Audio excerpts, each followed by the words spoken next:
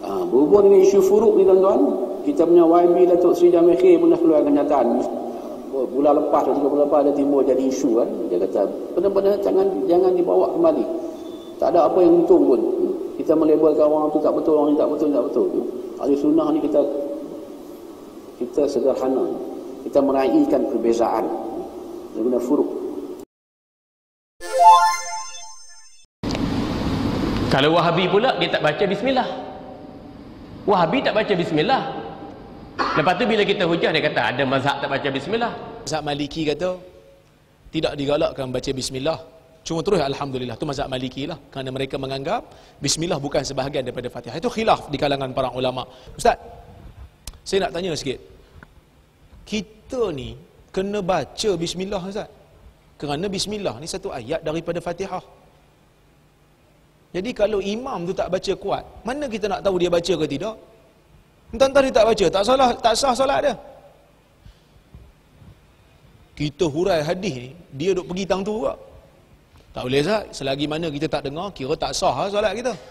Ni, jenis orang yang taksub, tak boleh langsung nak berlapang dada, ni masalah ni. Lepas tu bila kita kata tak sah ikut mazhab Syafi'i, dia kata kita fanatik mazhab. Bukan soal fanatik mazhab. Sekarang ni Mekah direncana oleh tokoh ulama Wahabi, maka tu yang jadi. Dia kira tak baca, tak dengar, tak baca. Jadi kita bagi alasan hadis ni, dia tak akan terima rasanya. Kita bagilah alasan hadis macam ni, bukan faham. Majoriti anak murid Anas kata tak ada baca bismillah. Dia tak faham. Lepas dia hujah pula, orang pergi Mekah tu macam mana? Orang pergi Mekah tu macam mana? Saya pun tanya dia balik. Haji solat belakang imam tak kalau solat Zuhur? Solat Zuhur. Memang saya biasa solat belakang imam. Dengar dia baca Fatihah? Tak dengar. Sah tak solat belakang dia? Sah. Tak dengar memang Haji. Ikut kaedah Haji, tak dengar maka tak baca. Bukan macam tu. Dia keluar daripada kaedah. Dia keluar kaedah dia sendiri.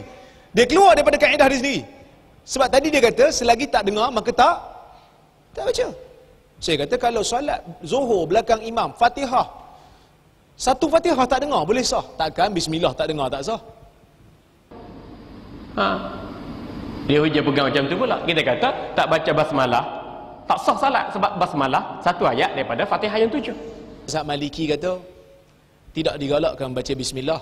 Cuma terus alhamdulillah. Tu mazhab Maliki lah. Kerana mereka menganggap bismillah bukan sebahagian daripada Fatihah. Itu khilaf di kalangan para ulama. Anggap bismillah bukan sebahagian daripada Fatihah. Itu khilaf di kalangan para ulama. Syafi'i memang tak sah. Ni jenis orang yang taksub, tak boleh langsung nak berlapang dada, ni masalah ni. Lepas tu pula tengok Wahabi ni jenis Wahabi apa? Kalau Wahabi mujassim, tak sah kita semayang di belakang dia. Sama ada di Mekah, di Madinah atau di mana-mana sekalipun. Sebab dia telah menganggap Allah tu sama seperti makhluk. Allah berjisim, bertubuh badan, beranggota, menyerupai makhluk. Maka akidahnya kufur, tak sah kita semayang di belakang dia. Sebab dia berakidah mujassim. Orang hentam aliran sunnah ni orang kata apa? Mujassim. Mereka bagi sifat jisim kepada Allah sama macam jisim makhluk. Ini boleh tengok dalam keterangan yang banyak. Saya dah sebut dah dalam kitab saya, penyelewengan tajsim Wahabi. Itu ilmiah. Tuan-tuan boleh baca faktanya. Tuan-tuan, bab ni jangan cerita pasal imam-imam besar, jangan cerita pasal Ibn Qayyim, jangan cerita pasal Ibn Abdul Bar, jangan cerita pasal tokoh-tokoh besar ni, jangan cerita pasal Abdullah bin Mubarak.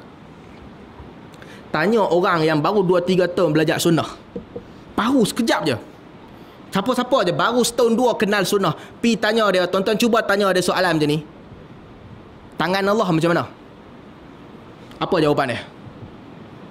Tak payah tanya tokoh ni, tanya orang biasa yang kecil-kecil je. Tangan Allah macam mana? Cuba tanya dia.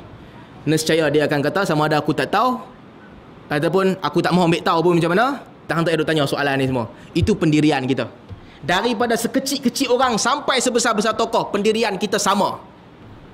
Tak ada siapa di kalangan ahli sunnah yang kata muka Allah, wajhullah sama macam wajah kita.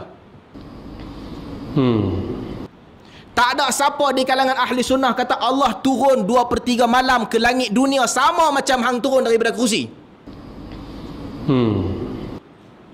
Tak ada siapa pun. Ini manhaj. metodologi yang semua orang ikut.